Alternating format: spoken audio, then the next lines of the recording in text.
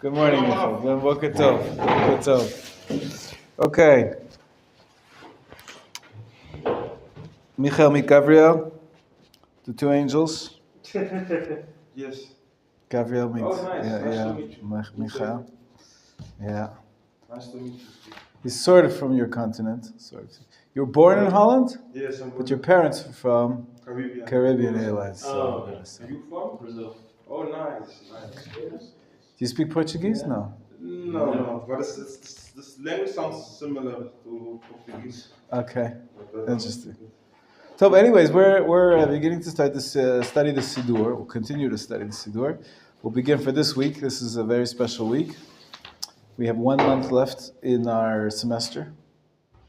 What? Yeah, the semester's over in 1 month from today. Yeah. Today is the 10th of Tammuz, and on the 10th of Av is a fast day. Usually it's the 9th of Av. This year we fast on the 10th of Av. Why? No, but why don't we fast on the 9th? It comes out on Shabbat. Comes out on Shabbat. So we don't fast on the 9th, we fast on the 10th. Tradition. Sunday, exactly, yeah. Today, right? A month from today. Not today. Oh, you had breakfast, didn't you? Yeah. Okay, good. So, hope it's not today.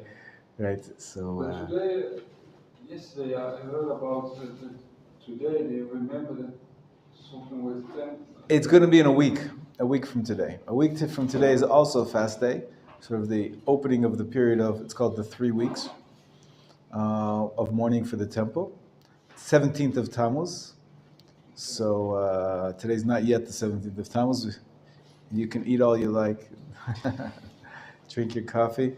We're going to be preparing for this period and talking about Shiva Asar Tammuz, both in terms of what, why we fast, what the laws of fasting are, how they're different on Tisha B'Av, all that in the coming months. Be'ezrat Hashem. Unless we have a surprise.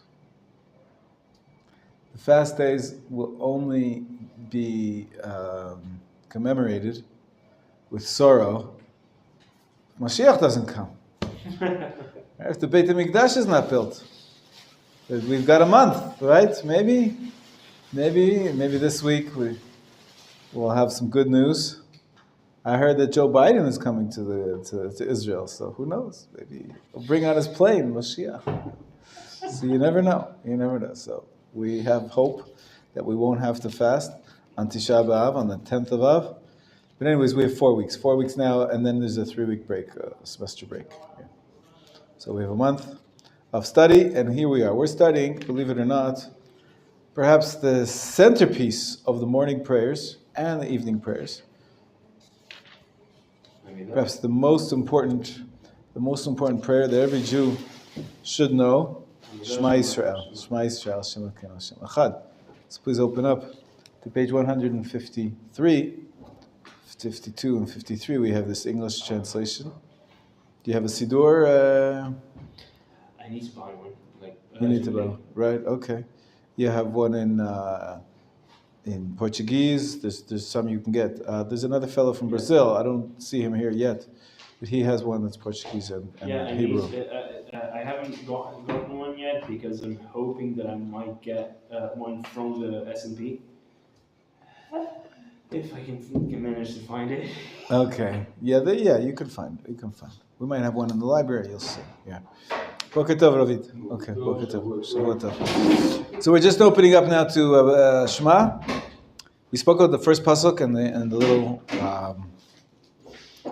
quietly said. I think I told you the other day that the Midrash says that Moshe was up in the heavens and he stole this line, Baruch Shem Kavod Malchuto Olam Va'ed. He heard this angel saying it, so we don't want to say it too loud, so that Moshe will get in trouble for being a thief.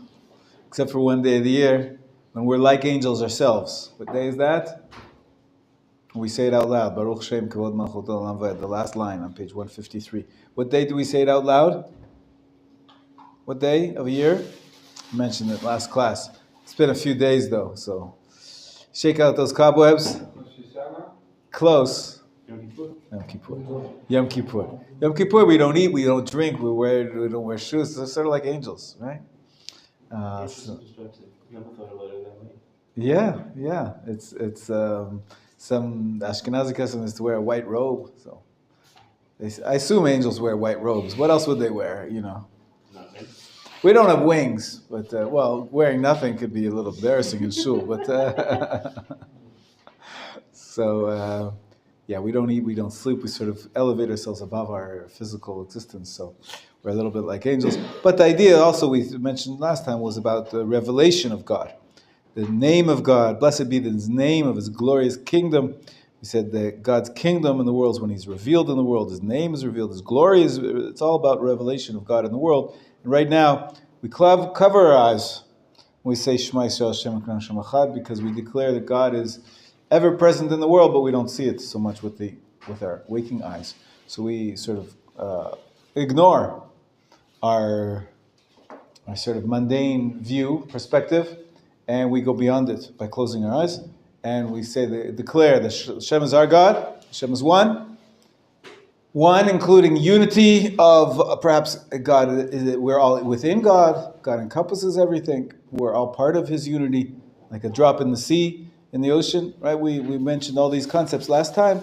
We talked about this amazing statement that we declare that God is one, the Lord is our God, and God is one. And then we say that we'll only really see it in the future. So we very quietly, we say this verse, Baruch Shem Kvod Malchut Olam Va'ed, blessed be the name of His glorious kingdom forever and all time. It's going to more be said out loud in the future days, in the future time, when God's glory will be revealed more presently, more explicitly in the world. Okay, so that's what a little bit of review, just to bring us into the beginning of Shema. There's one more very important sentence, and that is really perhaps the central sentence of the entire Shema, top of page 154. Because if you think about it, Shema Yisrael, it's not really a command. Listen, Israel. It's we're saying it to ourselves, right, and to the rest of the Jewish people. The Lord is our God. The Lord is one. So it's a statement of faith. It's a statement. The Lord. Yeah. Do you really think it's our and not just the? Yeah. So we spoke about it a little bit. That Rashi says the difference between the Lord is our God, Hashem Elokeinu. It says actually the nu is our. Really, that's what the words actually mean. And Rashi explained that perhaps there's a historical process. At this point in time, He's only our God because other people believe in other gods. But in the future days, the Lord will be one, meaning everybody will recognize that there's only one God. You can make a combination when you say the God is our God to make it much more stronger. Sure. We say Hashem. We use Hashem, the Yud Kei Vav Kei, the name of God, which is unique to the Jewish people. So we're talking about. We don't just say a general term of God. We say Yud Kei Vav Kei is our God. This is, and He is one.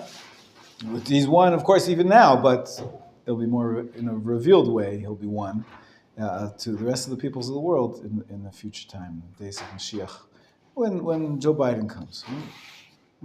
It's coming soon. Mashiach is coming. Next, so really, this is not quite a directive. This is an affirmation of faith that we're all supposed to say, to hear, to listen to, right? Shema Yisrael, Hashem Elokeinu Hashem Echad. So we accept upon ourselves. Our sages call it the yoke of the kingdom of heaven. Accepting upon ourselves the yoke to stand there and accept Hashem as our God. We have to do that over and over again. We have to renew our affirmation of faith every single day. And so it's not really quite a command. It's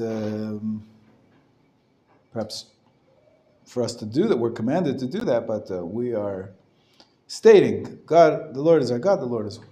Move on. The next sentence is really the only command. Ve'ahavta et Hashem Elokecha, page 154, 5. Ve'ahavta et Hashem Elokecha b'chol levavcha, b'chol nafshecha, b'chol ma'odecha. Gabriel, how's your Hebrew? terrible. Not existent. Okay. Aleph Bet. You know how to read Yeah, Aleph Bet? I can read everything. I just don't have Ah. the fluency. Okay. Okay. If you can read, that's a good step. So why do you say nothing? That's very good. Well, everybody starts at their own pace, but you'll catch up. Ve'ahavta. Repeat after me. Ve'ahavta. Could you say, people mispronounce it all the time. Ve'ahavta. It's not true. If you notice on the page, there's 2 dots above the word ta, about the letter ta, the letter taf at the end of the first word. Ve'ahavta. This is one of these notes, cantillation notes. They're called in many places trop. Does that mean something in Yiddish, in German? Trop? I think it's a tune. It should be a tune. A trop is a tune. An accent. So this entire system of marks, that's not the normal dikduk, right? Usually we have 2 dots underneath the letter. Right. Or underneath the vav. If you look at the first word, ahavta. Okay, fine. If you want to pronounce it funny. But that's the 2 dots. What's the 2 dots above the taf? That's weird. That's from a different system of notation. What we have in this section of the Siddur, they put both systems together. The usual vowelization, which is pretty much underneath the word, except for, you have a cholam, or you have sometimes we have dots on top of the word too. But there's also additional notation systems. If you look under the aleph, what do you see under the aleph? Looks like a little L, right? A little L, a backwards L. Is it like the same as when people read and it says Torah? Exactly. A man, you do like this. He's right. The Sefer Torah doesn't have the marks in it, but he's feeding them these notes, because the notes tell you how to sing it, how to pronounce it. Forget about singing the tune. Pronunciation, they're very, very critical. So what these notes show you, this is an interesting word. There's actually 2 notes. There's the backwards L underneath the aleph, and then there's the 2 dots above the taf. So the primary note on top of the taf is the 2 dots. That's called a zakef katon. Okay. There's names for each one of them. You don't have to know them right now. One day we'll have a special group. We'll have a club to learn cantillation notes. I'll be happy to share with you the secrets of the musical notations. But for now, what you have to know is that they teach us not only how to sing them, but how to pronounce the words as well. And wherever this note, we'll call it a note, right? Like a zakef katon note, wherever it appears in the word, that's the syllable that's supposed to be emphasized. So that's why I read to you, and you can repeat after me again. Ve'ahavta. Not ve'ahavta, right? Because there's no note on the letter hey, right? Ve'ahavta. So because the note is on the letter taf, so that's where the stressed syllable is. There's a secondary stress underneath the aleph, because as I showed you, there's also a cantillation note. It's a minor cantillation note. There's actually 2 types. There's actually 5 levels, believe it or not, of cantillation notes. The higher it is, the highest ones are called the kings. And the lower level is called servants. The kings and the servants. Have you heard about this? This is amazing. It's an entire world. I'm introducing you to an entire world of characters. The characters are these musical notations. What do they have in music? There's different words for the different types of notes. There's half notes, and then there's notes which are connected to each other. What's the words for them? Anybody know music here? Yes. Yeah. But in English it's just like half note, it's half note, quarter note, right? Right. In Latin languages, it actually have names. Right, but you don't know what they are, huh? So yes, it's the same thing with this system. There's full notes, half notes, quarter notes. They're called kings and servants. The kings are the ones which which are notes which make a separation. They're supposed to denote, sort of like a comma. So ve'ahavta, and then there's a comma. The little note that looks like a backwards L underneath the aleph is a secondary note. That's why it doesn't get, it gets a little bit of a stress. Ve'ahavta. Right? So a little bit of stress on the aleph. So whenever you're reading the Shema, we want to read it as precisely as possible. We mentioned that it's a mitzvah to recite these words twice a day, at least. And so we're starting with the word ve'ahavta. But what does that mean? What does the word ve'ahavta mean? Love. Love, exactly. It's a command form, ve'ahavta. And you should love, ahavta. Who? Et Hashem Elokecha, the Lord your God.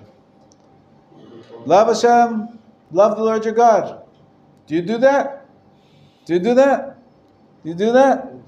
Amazing. It's hard. What does it mean? How do you express that you love Hashem?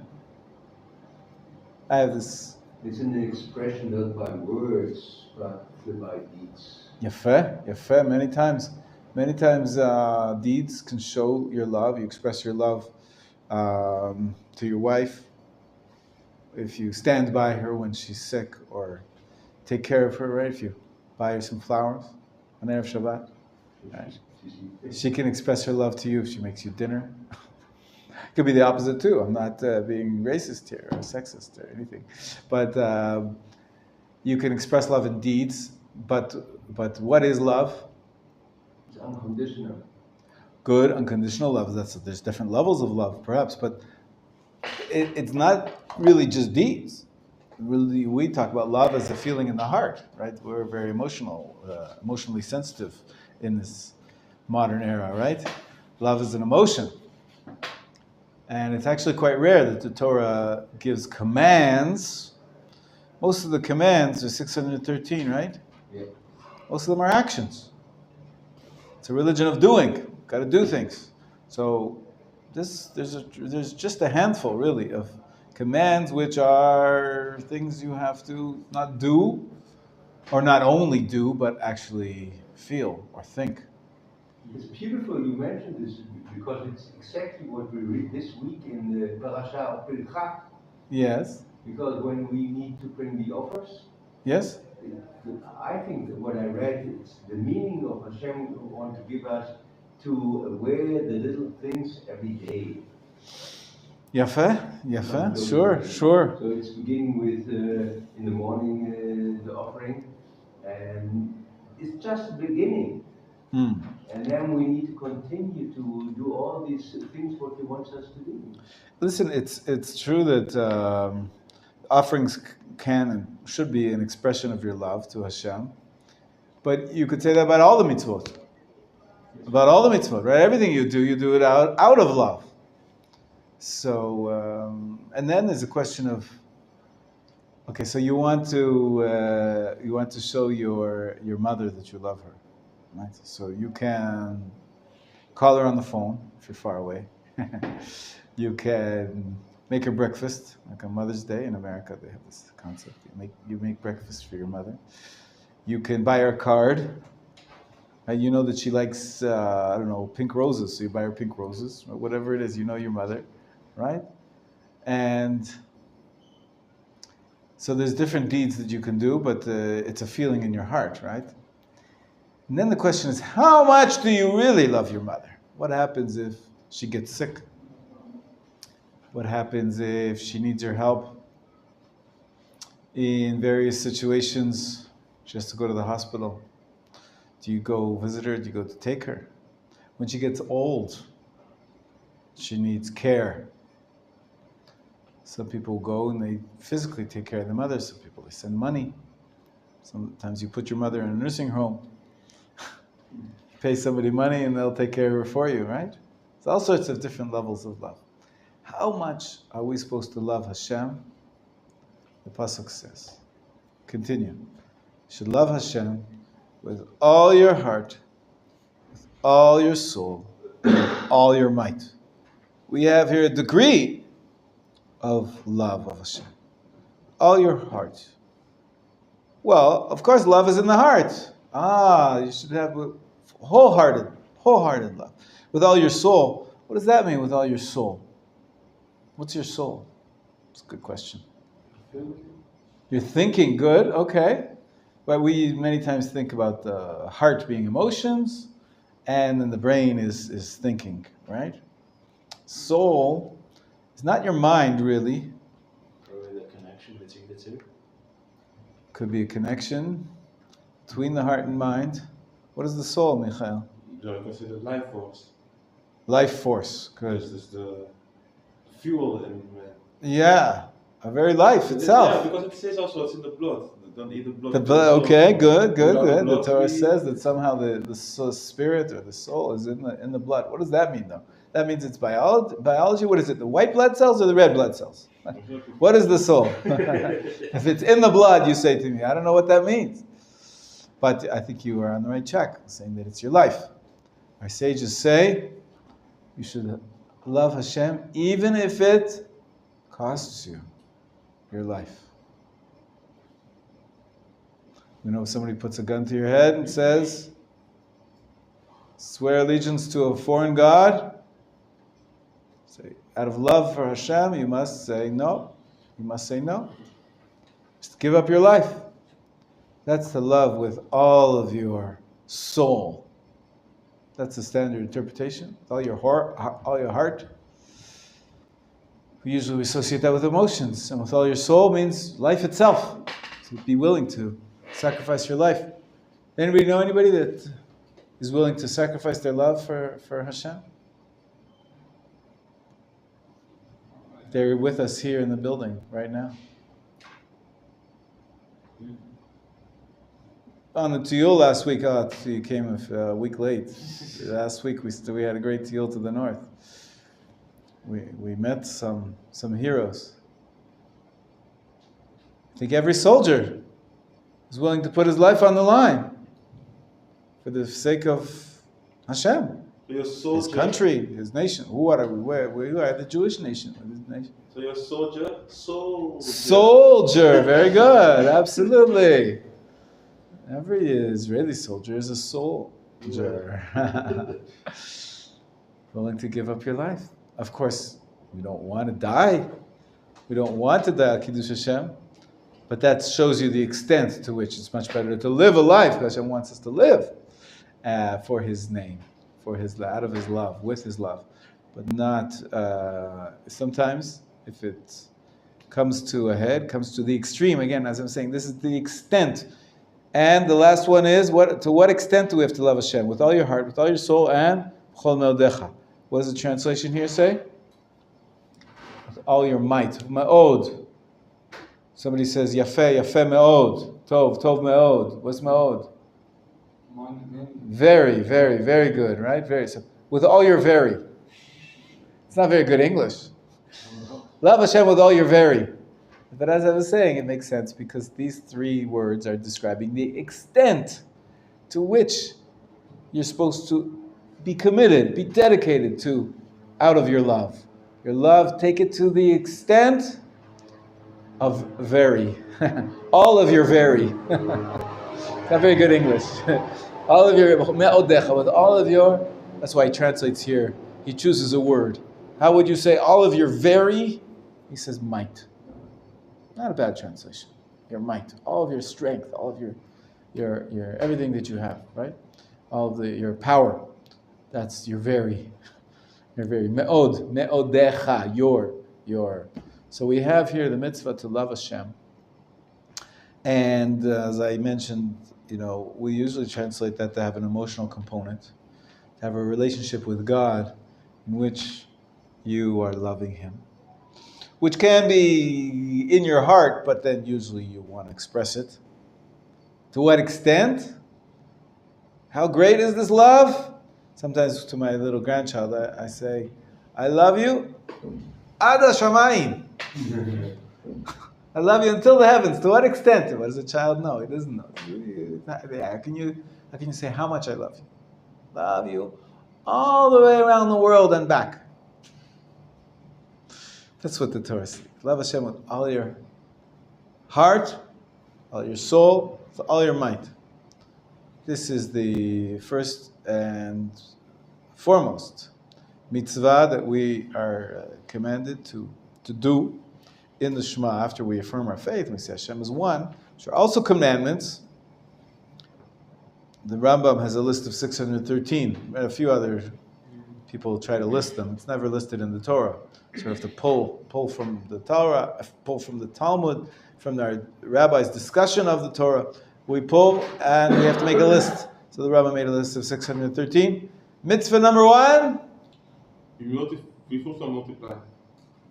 That's if you're following the order of the Torah in terms of Bereshit, Shmot, Vayikra, Bamidbar, Dvarim. That's right. Many, the Sefer HaChinuch follows that order, but the Rambam, we're not quite sure what order he uses.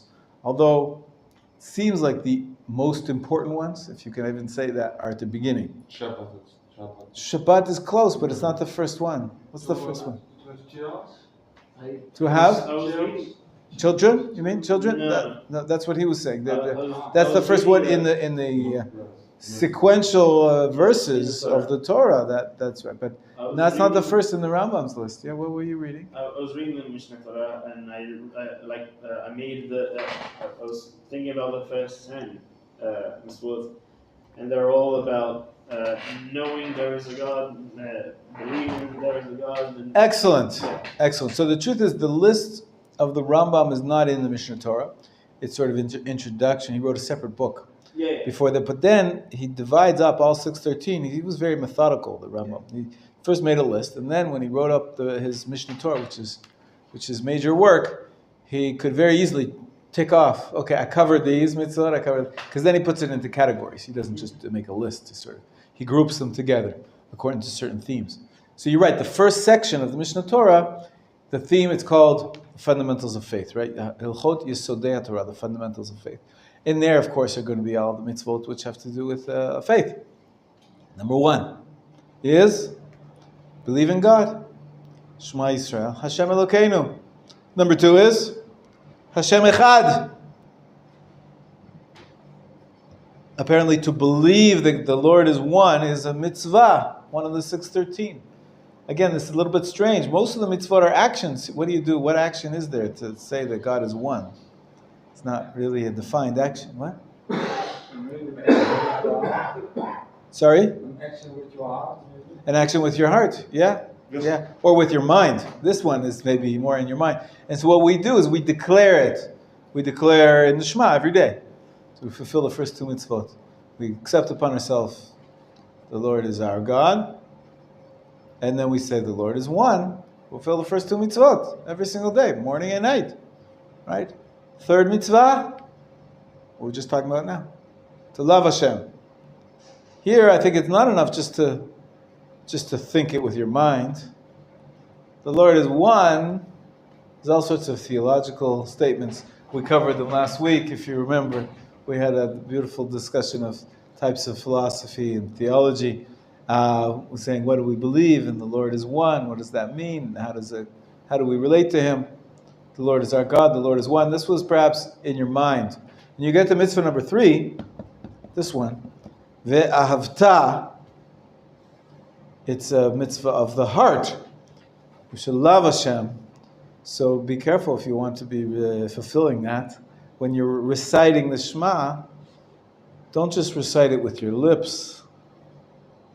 Don't just think about it in your mind. Feel it.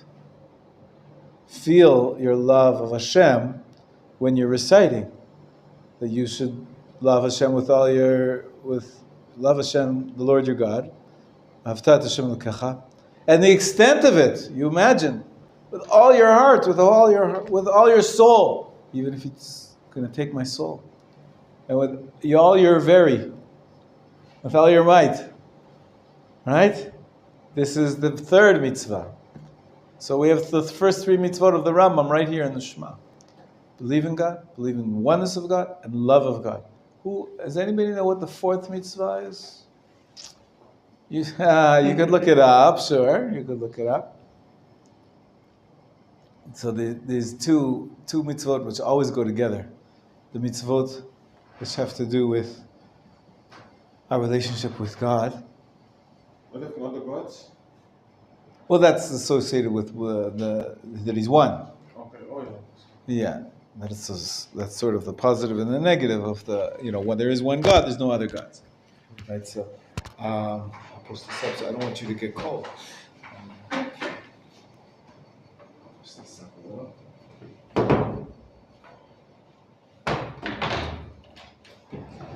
The Zohar says that whenever you pray, you can pray and say the words, but he says if you say the prayers and you don't have wings, the prayers just stay where they are, right here in the room, in the synagogue. They don't fly up to heaven. What makes things fly? Kavanah. Which kavanah, right? So you need wings in order to fly. What are the two wings that you're supposed to attach to your prayers? The two wings, he says, is the love and the fear of God. Love and fear always go together. Love and fear. Those are the two wings. So you have to have a relationship of love and fear. And then your words of prayer, that's what brings your words of prayer up to the heavens and to be heard in front of Hashem. So we don't have the fear of Hashem explicitly in our verses. I believe the next verse might be referring to fear of God. It may be just not stated, but assumed. The next verse is a little bit cryptic. These words which I command you today shall be on your heart. Okay, what does that mean? They should be on your heart. We already said you should love Hashem with all your heart. And what are these words? What does he refer to, these words? So our sages tell us that these words refer to the reading of the Shema. When you read the Shema, you have to have intention. Al levavecha, they should be on your heart. You have to have, when you recite the Shema, you have to recite them with meaning, with feeling. But what are these words? They say it refers to the Shema itself. I think in context, perhaps the original meaning, what we call the pshat, simple, literal meaning of the verses, is that it refers to this relationship. And really, here, this is, of course, from Deuteronomy chapter 6. From chapter 6 through chapter 11, there's an entire section of the speech of Moshe which speaks about the relationship, the attitude towards God. It doesn't speak too much about this specific mitzvah or that specific mitzvah. That comes later in the other commandments. It says, these words which I command you today. What's the today? In the context, it's the speeches that Moshe gives at the end of his life. He says two major speeches. You could say three. The book of Devarim can be divided up into different speeches. 6 through 11 is one speech which really speaks about the attitude you're supposed to have, the fear, the love that you have towards Hashem. These matters should be on your heart. They should take them to heart. They include the love and the fear of God. Perhaps this interpretation is supported by the comparison to, that there's a second portion of Shema. Shema is 3 paragraphs. The entire Shema consists of 3 paragraphs. This is Devarim chapter 6. After that is Devarim chapter 11. And they're actually parallel. And the parallel verse in the chapter 11 is V'samtem et devarai eile al levavchem v'al nafshechem. You should put these words on your heart and on your souls. It's a little bit of a different formulation. But there, in chapter 11, it appears right after you should place these words after we're going to see in just a few minutes, the chapter 11 speaks about the reward and punishment.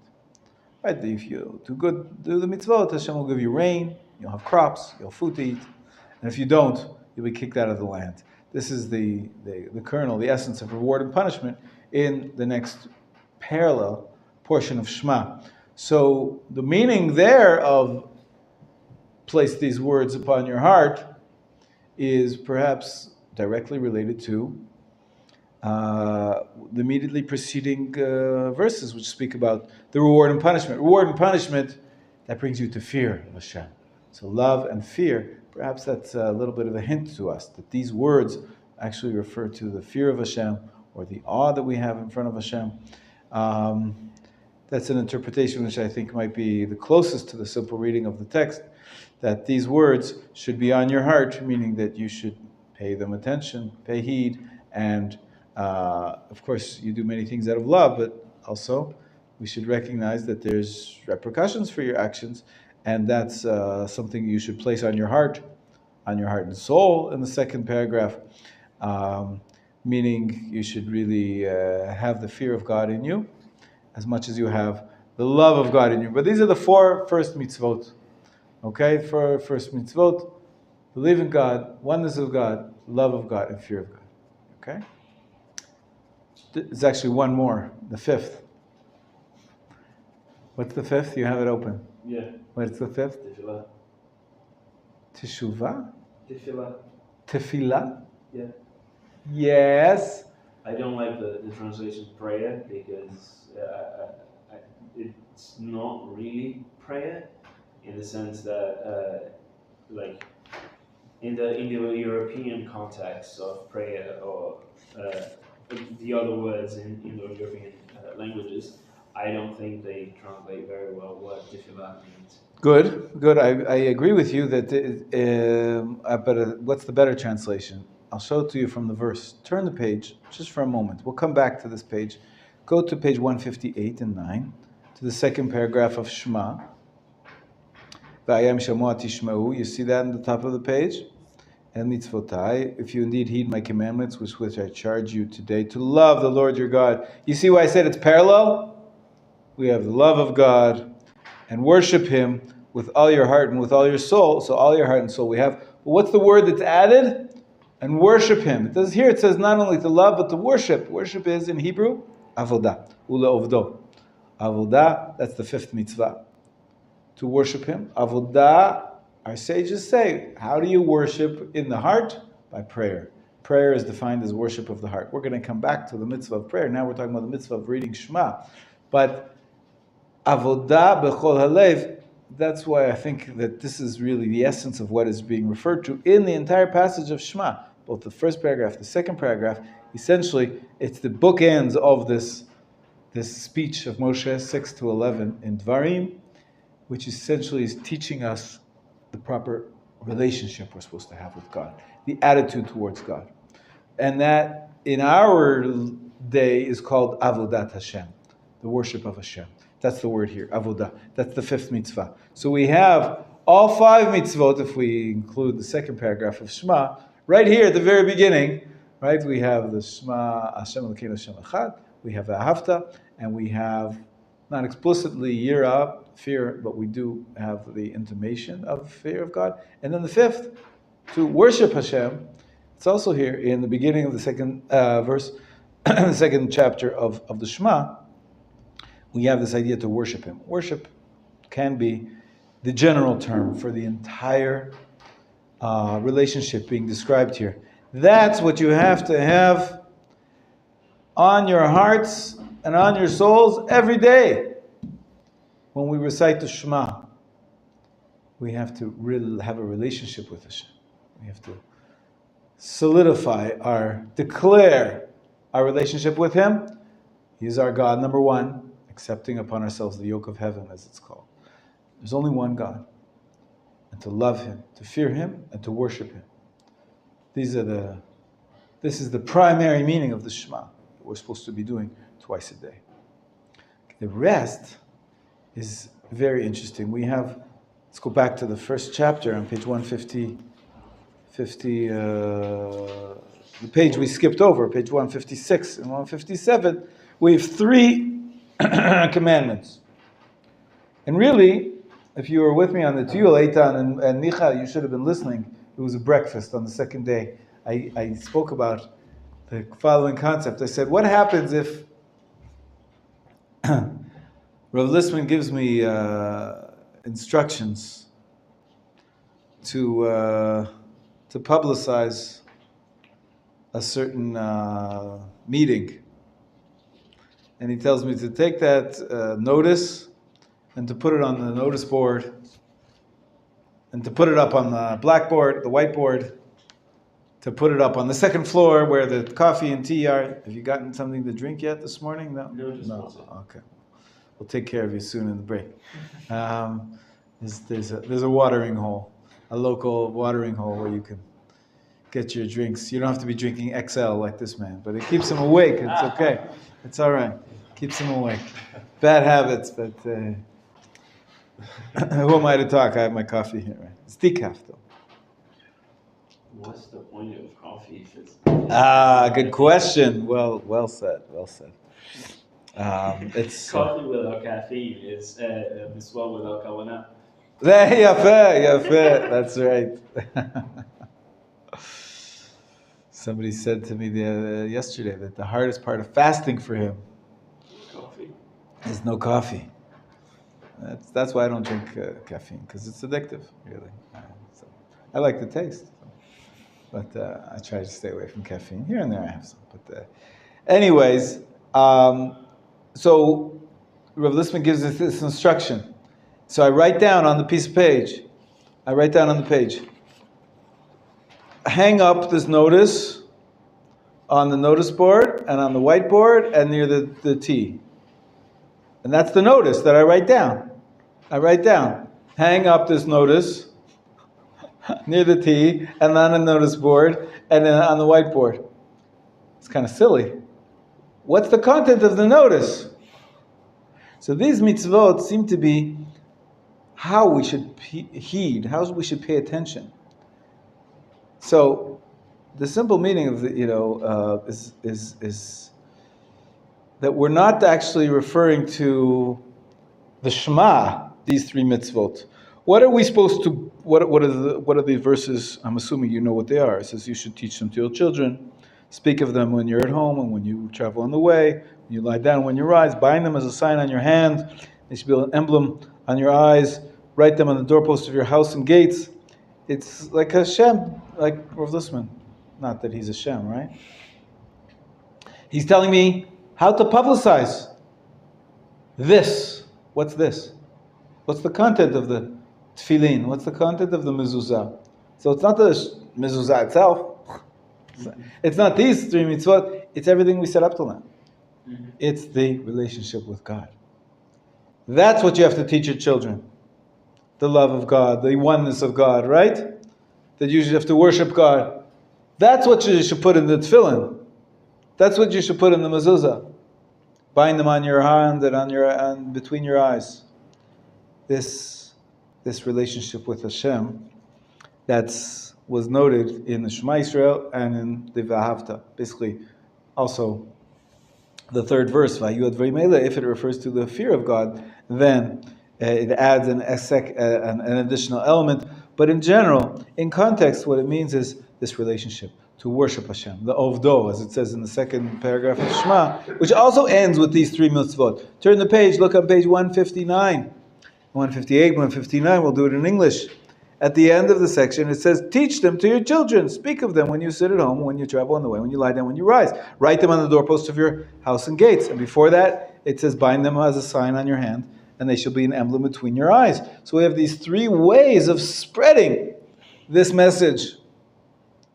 Teaching, binding them on your arms, putting them on your doorposts. Three ways of spreading this message. What is the message? That's what I've been teaching you. The message of the Shema is worship Hashem. Have this relationship with Hashem of total commitment with all your heart and all your soul and all your very, right? And all your might. Right? This is the essence. This is the essence of the mitzvah, and that's what you have to spread. That's what you have to put on your doorposts. That's what you put on your tefillin. Okay? So this is the essence of Shema.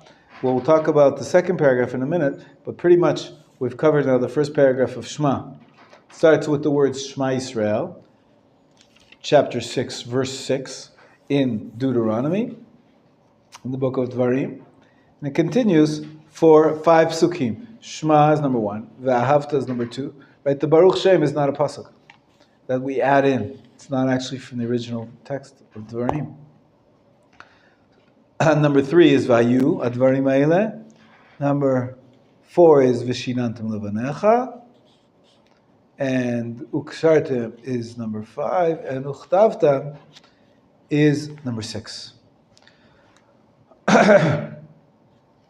6 verses in the first paragraph, maybe about 20. You see the second paragraph is much longer, maybe 15 or more in the second paragraph, but the idea is the same.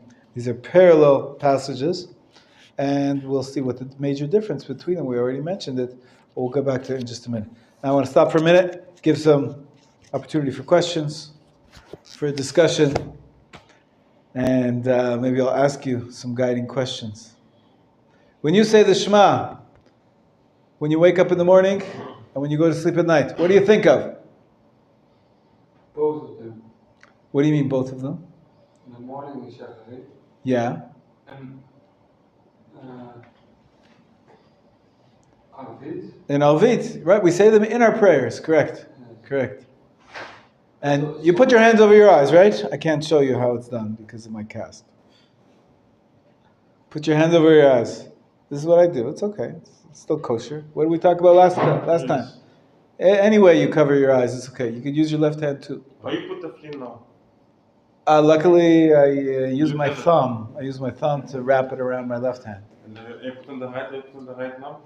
I don't put a tefillin on my right. I'm a righty. And then you have to put Righties put tefillin on the left. Luckily, I'm